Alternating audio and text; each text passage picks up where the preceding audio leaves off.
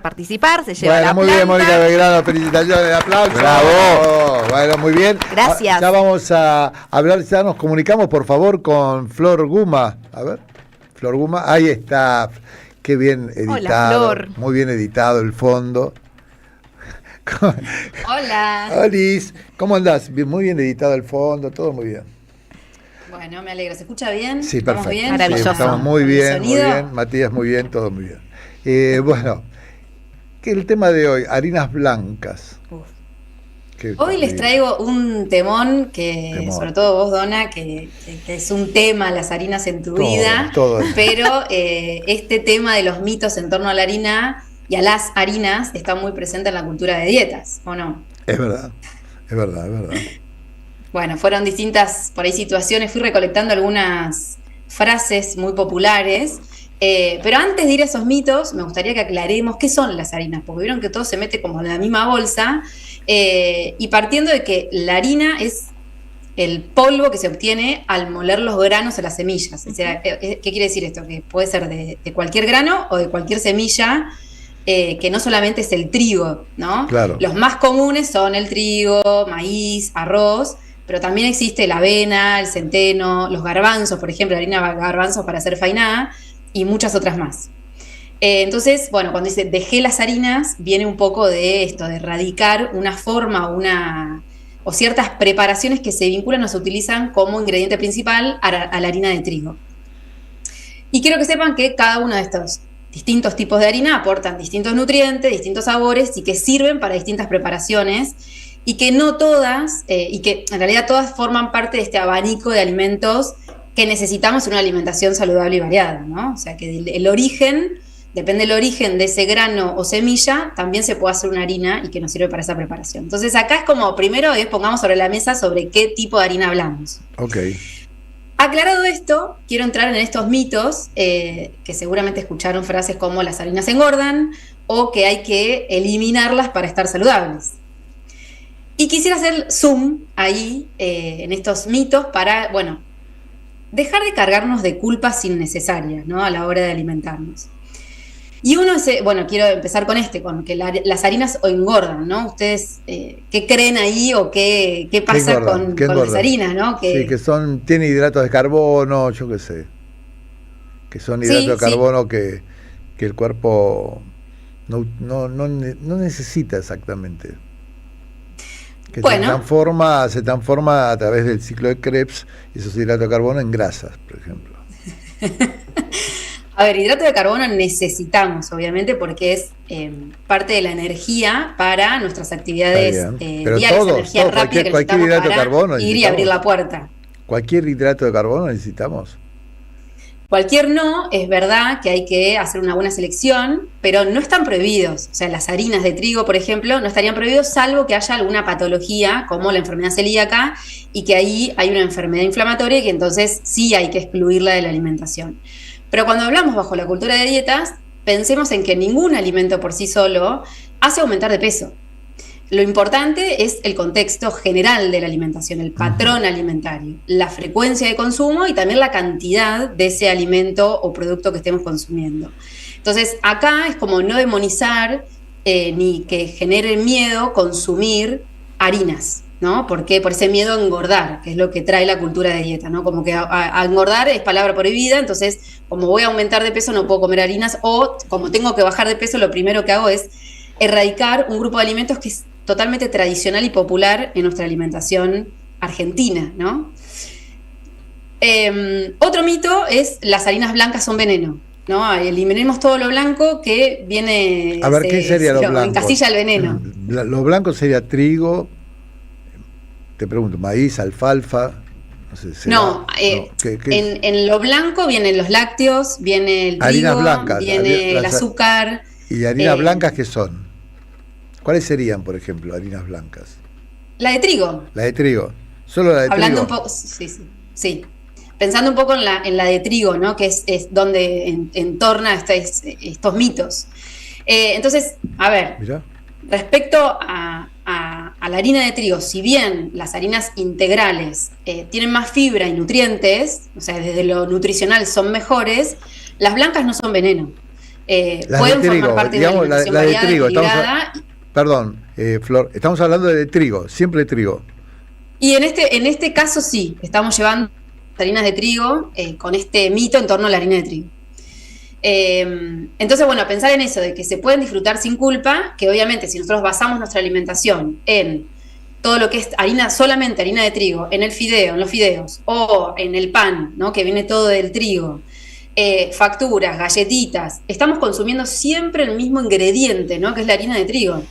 Entonces ahí es donde se apunta a diversificar y a buscar un equilibrio entre las preparaciones o ingredientes, ¿no? En torno a esto, como a ampliar y no consumir siempre trigo. Una pregunta, tipo Flor, de granos.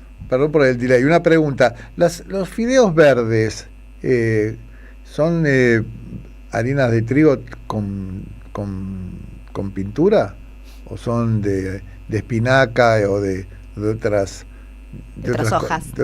Sí, otros vegetales, otros cereales. Hay que leer los ingredientes, pero en general, los que vieron, digamos, son de colores, se usa el trigo o la sémola, y sí se utiliza la verdura deshidratada, y eso es lo que ayuda a darle el color o naranja, o rojo, o verde, que puede ser de la espinaca, del morrón, o de la calabaza, pero bueno, hay que leer los ingredientes siempre. En general son de trigo. Sí, en general sí. Con razón. Pero hay fideos de harina de garbanzo o de harina de lentejas. Sí. Entonces cambia el origen. Estamos hablando de una legumbre. Arveja. No estamos hablando de un grano. De arveja también. Sí. Ok. Y esos están buenísimos. Yo quiero decir, hago harina de calabaza. Y hago pizza con harina de calabaza. ¿Le pones harina de trigo o haces solo base? Toda harina de calabaza. Ok, bueno, está buenísimo. Creo que a veces se cambian esas preparaciones. Riquísimo. Se hacen ¿No te das las distintas cuenta? bases distintas, o de arroz también. Y de harina de almendra también. También, exacto. Entonces son distintos, parte de otro grupo de alimentos. Ok, perfecto. Bien. Bueno, entonces en esta época vos decís que no hay que tenerle así como terror a las harinas blancas. Exacto. Lo importante es acá empezar a pensar cómo es mi patrón alimentario. Las harinas no son enemigas, están aceptadas culturalmente y también nutricionalmente. Lo importante es variarlas. Pero lo que sí nos hace más daño es la cultura de dietas, ¿no? Que nos llena de estos miedos o nos prohíbe, nos hace prohibiciones alrededor de la comida, y cuando comemos después tenemos miedo. Entonces hay que recordar que no existe un alimento mágico ni tampoco los prohibidos. Entonces sí es importante pensar en este equilibrio, en la variedad, y también en el disfrute a la hora de alimentarnos. Si queremos comer una pizza típica o queremos darle una variedad de hacerla como vos hacés, que está buenísima también, con calabaza. Entonces tenemos dos preparaciones distintas. Entonces comer también, recordemos que es un acto social, cultural, y que podemos hacerlo sin culpa, y que es parte de nuestra salud también.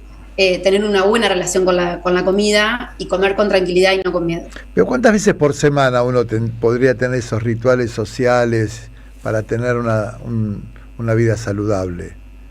Porque uno de los problemas, voy a decir algo porque estoy muy militante de la gerontología. Uno de los problemas de la gente de edad es que justamente disminuye parte de las cuestiones por las cuales disminuye la vida social, es porque la vida social se asocia al alcohol, al café, a las comidas, digamos, a las comidas que aumentan de alguna forma aumentan de peso, harinas, aceites, pastas, carne, y eso también, digamos, está bien, uno puede decir, bueno, una vez por semana tengo, pero si uno tiene una vida social, porque tenemos un discurso medio esquizo, creo los trabajadores de la salud. Por un lado le decimos a la gente, tenga vida social, pues es importante la vida social, pero por otro lado decimos, bueno, tenga una vida saludable, duerma bien, 6, 7 horas, o por lo menos, y después no tome. Bueno, digamos, no se puede, digamos, vivimos en Argentina, no vivimos en el Tíbet.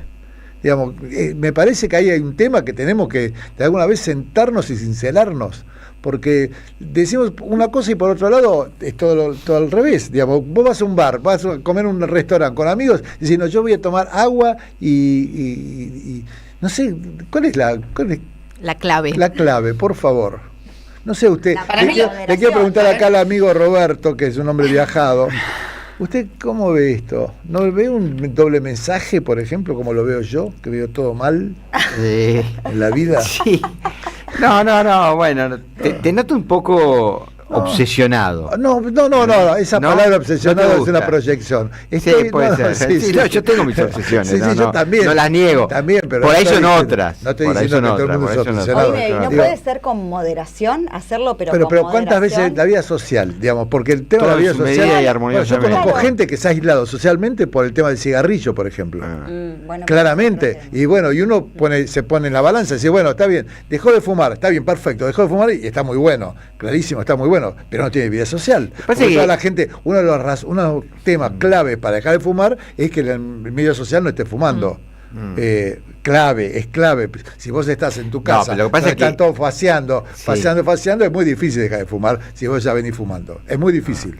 Pero lo primero que se dice de algo que se puede moderar, que es la comida, ¿no? ¿Cómo por ahí vas? uno puede seguir sosteniendo, me lo dirá la doc, la misma vida social, pero comiendo moderado o comiendo antes de ir y después comiendo alguna cosita en el lugar. ¿Qué recomienda Florencia? Doc?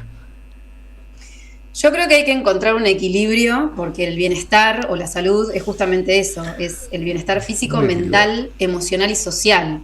Entonces, es un poco de todo. Entonces, nuestro patrón alimentario es lo que nosotros hacemos todos los días la mayoría del tiempo, lo que comemos todo el día la mayoría del tiempo. Ahí es donde tenemos que tener el foco, es en qué incluimos dentro de nuestro patrón alimentario para decir, mi alimentación está equilibrada con fruta, verdura, legumbres, carnes, lácteos, lo que nos guste, digamos, lo que necesitamos para nuestra supervivencia, y también en el entorno social. Es decir, nosotros no cambiarnos porque hay un evento social o prohibirnos o restringirnos, porque desde esa concepción, Donato, lamento decirte que viene de la cultura de dieta, es el prohibir, es no puedo ir porque me tengo miedo a mí de lo que voy a comer frente a ese evento social. Claro. Eso es lo que le pasa a la mayoría de la gente, también te doy la mala noticia, que la mayoría de la gente nos pasa eso. Que bueno, hay un momento que dices, bueno, ¿cómo hago para tener vida social si todos mis amigos y mis amigas toman alcohol, comen asado, cada vez que salís... está bien, si lo haces, la pregunta es, ¿qué salís? tanta, exacto, es decir, la frecuencia? Bueno, pero uno está pidiéndole a la gente permanentemente, una de las cosas que estamos pidiendo en general, los mensajes sanitarios son mucha vida social. Bueno, pero la vida social no necesariamente es escabio, ponerse ciego de comida. No, aunque no sea... tener reuniones, yo qué sé, podés encontrarte con un té, un café. Mira, me parece que es relativo, ¿no? Leí una nota que decía, el nuevo lugar, el nuevo Tinder es el entrenamiento y el running. Así que puede haber vida social saliendo a caminar, saliendo a... Con vida sana. Claro, con vida sana también, ojo, Donato. Florencia Guma, dice Gustavo de Grambur, dice, el italiano come diariamente pasta como primer plato. Es verdad. ¿Qué haría? ¿Qué harina usa? ¿Qué harina usa? Según qué harina, ¿no? Ahí la doc. Ahí es lo que quieran, digamos. Ahí se acuerdan de la pasti, antipasti. Bueno, eso siempre se puede comer una ensalada previo a la pasta y a la pasta de harina blanca y comerla igual. O incluir en esa salsa verduras. Entonces, y el tema de la harina de noche, en torno a ese plato. La pasta de noche, ¿qué onda con eso? La pasta de noche, digo. La pasta de noche no pasa nada, eso sería otro mito. La digestión, digamos. Una cosa es la digestión y otra cosa tiene que ver con la absorción de sus nutrientes. Pero el hidrato con el paso de las horas no se convierte en... Perdón. El hidrato con el paso de las horas no se convierte en azúcares y después entonces por eso dice que engorda y yo qué sé, ¿no? No es así. No, es nutricionista. El periodista está preguntando... No, estoy preguntando eso, porque hay un mito, ¿no? Que no, pasta de noche no, porque engorda. No existe evidencia de que el horario cambie cómo el cuerpo procesa los alimentos.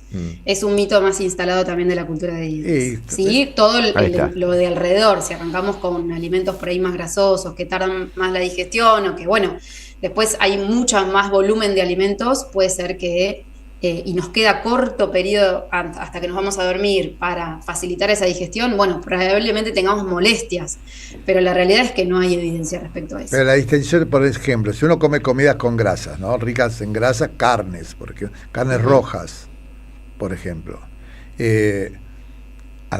frituras, fritangas, eso produce distensión eso es un abdominal. ataque al hígado lo que produce la fritanga. Exige un trabajo vesicular y hepatobiliar importante y produce cierta distensión, flatulencia, digamos, dolor de cabeza, meteorismo, produce malestar, ¿no? Me parece, a mí me pasa eso. No a todas las personas, pero sí existe eso. Entonces, en el autorregistro de lo que me pasa a mí frente a ese alimento, que cada uno lo sabe, es las decisiones que tiene que tomar si elige uno u otro alimento en esos momentos. Entonces ahí eso va en la bioindividualidad respecto a la elección de alimentos, que eso es lo más importante, conocernos y no seguir dietas de moda o lo que le pasa a todos también quiere decir que me pase a mí. No, si yo identifico que ciertos alimentos de noche me generan esta sintomatología y no lo voy a comer de noche, empiezo a comerlo de día con menor frecuencia y menor cantidad. Claro. Bueno. Estaba pensando, Flor, ¿viste que hace un ratito mencionamos el tema de las pastas en base a harinas de legumbres? Uh-huh. Bien, si yo tengo un tema con que me cuesta consumir legumbres, con esos fideos, ¿puedo hacer como un balance y un equilibrio? Recontra sí. Bien. Qué bueno. Y un dato más, que también es importante. El color de los fideos de harina de garbanzo es igual al de harina de trigo. Sí. Para niños y niñas puede ser una alternativa para sacarlos un poquito del trigo y sumarle legumbres. También es una alternativa, inclusive desde la alimentación complementaria. Perfecto. Así que avancen con ese tipo de propuestas que las hace la industria, que empieza a diversificar. Ahí sí tenemos algo positivo. Lo mismo que el hummus, empezar a integrarlo. Es espectacular. Que es Está buenísimo para, en vez de untar el quesito untable, bueno, empezar a agregar legumbres también en las desayunos o meriendas, untándose pan, si queremos, pero, bueno, cambiando la cubierta con una pasta de garbanzo, y es una forma fácil de incluir legumbres. Si uno tiene que hacer un cambio de hábito alimentario con restricción calórica, es una dieta, pero no es dieta. Claro. Armé una frase donde la palabra dieta no existe. No está la palabra dieta. Dije un cambio alimentario con restricción calórica. Como las harinas, por ejemplo, digamos, ¿cómo lo pensarías vos? ¿Cuál sería tu frase, así tu frase principal para decirle a un paciente o a una paciente que te dice, licenciada, mire, yo porque tengo diabetes tipo 2 o por el bla bla bla, por alguna patología determinada, necesito hacer una restricción calórica en mis hábitos alimentarios? ¿Vos qué dirías? ¿Que está bien? ¿Que está mal? ¿Cómo? A ver. No estoy de acuerdo con eso, porque la restricción calórica únicamente se hace para el descenso de peso o para las típicas dietas restrictivas.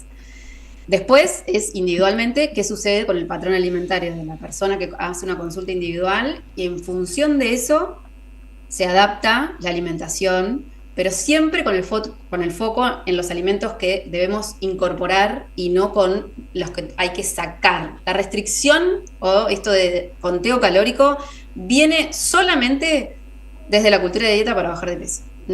Después es selección de alimentos. Para un diabético, para un hipertenso, para la celiaquía, para cualquier tipo de patología, viene la selección de alimentos, que es lo más importante. Yo le quiero hacer una pregunta, o que tire un tip para comer. Antes, lo que decía Donato, que la gente a veces no va a los lugares porque va a comer más o porque se tiene miedo, porque no se puede controlar. Que la doc nos tire un tip para comer algo o prepararnos para, por ejemplo, ir a un evento social o ir a una fiesta. ¿Se puede hacer algo antes en casa para no ir con voracidad o para no ir con hambre o para no ir con miedo?